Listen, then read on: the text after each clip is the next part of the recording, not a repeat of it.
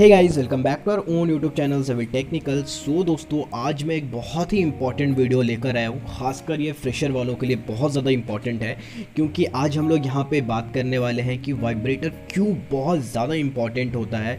कोई भी कास्टिंग अगर आप करवा रहे हो, स्लैब की हो या बीम हो, कुछ भी हो, वहाँ पे वाइब्रेटिंग करना बहुत ज़्यादा इंपॉर्टेंट होता है। और ये फ्रेशर के लिए और ज़्यादा इंपॉर्टेंट वीडियो इसलिए हो जाता है क्योंकि मैंने बहुत जगहों पे देखा है ये जो वाइब्रेशन प्रोसेस है उसको बहुत ज़्यादा सीरियस नहीं लिया जाता है। तो इसमें इसको कैसे करना है, इसके करने का सही प्रोसेस क्या है, क्योंकि क्या है कि बहुत जगहों पे नहीं होता है और अगर बहुत जगहों पे होता भी है तो बहुत गलत प्रोसेस से होता है। तो दोनों चीज़ों को समझना बहुत ज़रूरी है। और फ्रेशर के लिए क्योंकि इसको साइट पे बहुत ज़्यादा इंपॉर्टेंस बहुत जगहों पे नहीं मिलता है, तो बहुत ज़्यादा आपको वहाँ पे सीखने को भी नहीं मिलेगा, कोई बताएगा भी नहीं कि आखिर इसका राइट प्रोसेस क्या है, कैसे करना है, क्यों करना है। तो इस वीडियो में हम लोग इस पूरे टॉपिक, इंटायर टॉपिक जो वाइब्रेशन से रिलेटेड होगा, इस पर हम लोग डिस्कस करने वाले। तो वीडियो में आगे बढ़ने से पहले अगर आप हमारे चैनल पर नए हो तो प्लीज़ चैनल को सब्सक्राइब करो, बेल आइकन को ज़रूर से प्रेस करना, इससे आपको हमारे लेटेस्ट अपडेट हमेशा सबसे पहले मिलते रहेंगे। सबसे पहले हम लोग ये जान लेते हैं कि वाइब्रेशन क्यों करना चाहिए। तो होता क्या है ना कि जब आप कंक्रीट पोर करते हो तो कंक्रीट पोर करने के बाद उसमें क्या होता है ना, पोर्स रहते हैं या फिर उसमें वॉइड्स रह जाते हैं, ठीक है। और फिर जब वो आपका कंक्रीट हार्ड हो जाएगा, सेटल हो जाएगा, तो फिर उसमें क्या है कि वो पोर्स भरते नहीं है। अगर आप वहाँ पे वाइब्रेशन यूज़ नहीं करोगे तो पोर्स भरते नहीं है, वॉइड रह जाता है। और फिर पासिंग ऑफ टाइम वहाँ पे क्रैक का इशू हो जाता है, लीकेज का इशू हो जाता है। तो ये प्रॉब्लम हुआ। दूसरा है कि जब वहाँ पे वॉइड रहेगा आपके कंक्रीट के अंदर में, तो जाहिर है कि इसकी स्ट्रेंथ क्वालिटी घट जाएगी। मतलब आप समझो कि किसी कंक्रीट में वॉइड नहीं है और किसी कंक्रीट में बीच में आपके वॉइड्स हैं, तो जाहिर है कि जिसमें वॉइड होगा उसका स्ट्रेंथ कम होगा।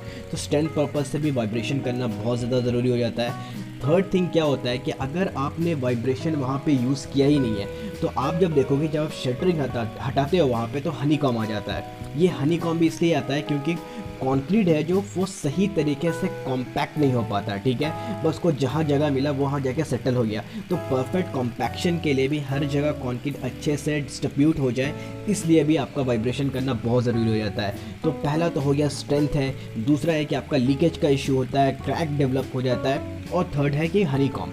बट क्या है कि बहुत जगहों पे, जैसे मैंने आपको बोला कि नहीं करते, तो जब नहीं कर रहे तो ये तीन चीज़ उनको फेस करना ही है। और बहुत जगहों पे अगर करते भी हैं दोस्तों, तो उसको सही तरीके से राइट वे में उसको नहीं किया जाता है। तो अब मैं बताता हूँ कि इसको कैसे करना है, राइट वे इसका क्या है। तो आप इसको एक चीज़ याद रखो कि ऐसे आप पढ़ोगे, आपको पढ़ने को मिलेगा भी, बुक में आप पढ़ोगे कि इसको मिनिमम आपको 10 to 15 सेकेंड बोला जाता है कि आप जिस जगह पे भी काम करा रहे हो उसको 10 to 15 सेकेंड वहाँ पे नीडल को आपको यूज़ करना है। आप देखोगे वाइब्रेटर मशीन आपको मिलेगा और साथ में उसके एंड पे एक नीडल लगा रहता है जो वाइब्रेट करता है, ठीक है। अभी क्या होता है कि जब हम लोग उसको कंक्रीट के अंदर डालते हैं तो वहाँ वाइब्रेशन क्रिएट हो जाता है, और फिर वहाँ पे अगर कोई वॉइड है, अगर कोई खाली जगह बचा हुआ है, तो उसको फिर वहाँ पे वो भर जाता है, ठीक है। और साथ साथ आपका जो कंक्रीट है वो अच्छे से कॉम्पैक्ट भी होता है। तो ये तो समझ में आ गया।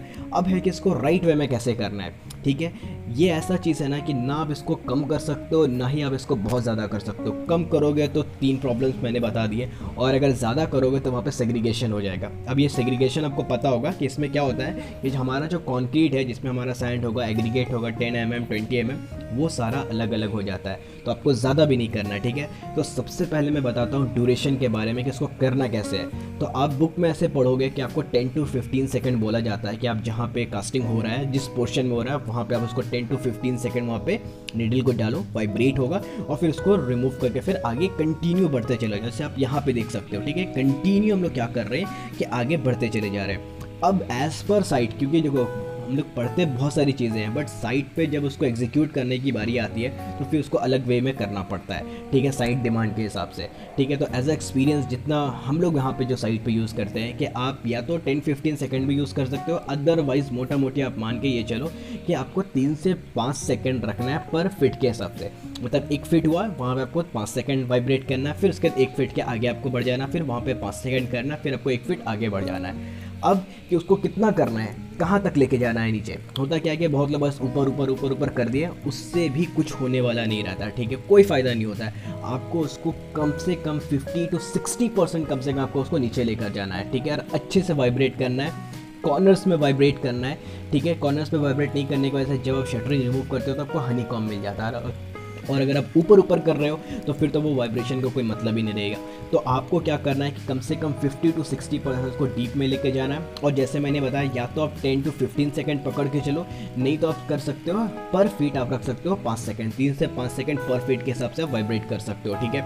उसके बाद क्या है ना कि जो नीडल हमारी जो आती है उसमें भी डिफरेंट साइजेस रहते हैं, 40, 60 mm, 40 mm, 60 mm, 80 mm, ठीक है। तो एज़ पर स्पेसिफिकेशन आपको बताया जाएगा कि आपको जहाँ पे आपकी कास्टिंग चल रही है, जो कॉन्क्रीटिंग चल रही है, आपको उसी अकॉर्डिंग वहाँ पे नीडल भी देखना है और फिर उस हिसाब से राइट वे में आपको वहाँ पे वाइब्रेशन यूज़ करना। वाइब्रेशन यूज़ करना तो बिल्कुल मस्ट है और इसको राइट वे में करना और भी ज़्यादा ज़रूरी हो जाता है। तो होप को आपको इस वाइब्रेशन से रिलेटेड जो मैंने आपको यहाँ पे इंफॉर्मेशन शेयर की है आपको समझ में आया हो। अदरवाइज़ अगर कोई डाउट है तो आप प्लीज़ मुझे बताएं, और अगर आपको किसी भी टॉपिक पे site knowledge, basic site knowledge पे किसी भी टॉपिक पे आपको वीडियो चाहिए, कुछ कन्फ्यूज़न है तो आप मुझे कमेंट सेक्शन में बता सकते हो। अदरवाइज़ अगर आपको ये वीडियो अच्छा लगा है तो प्लीज़ वीडियो को लाइक करो और चैनल को सब्सक्राइब करो। Thank you.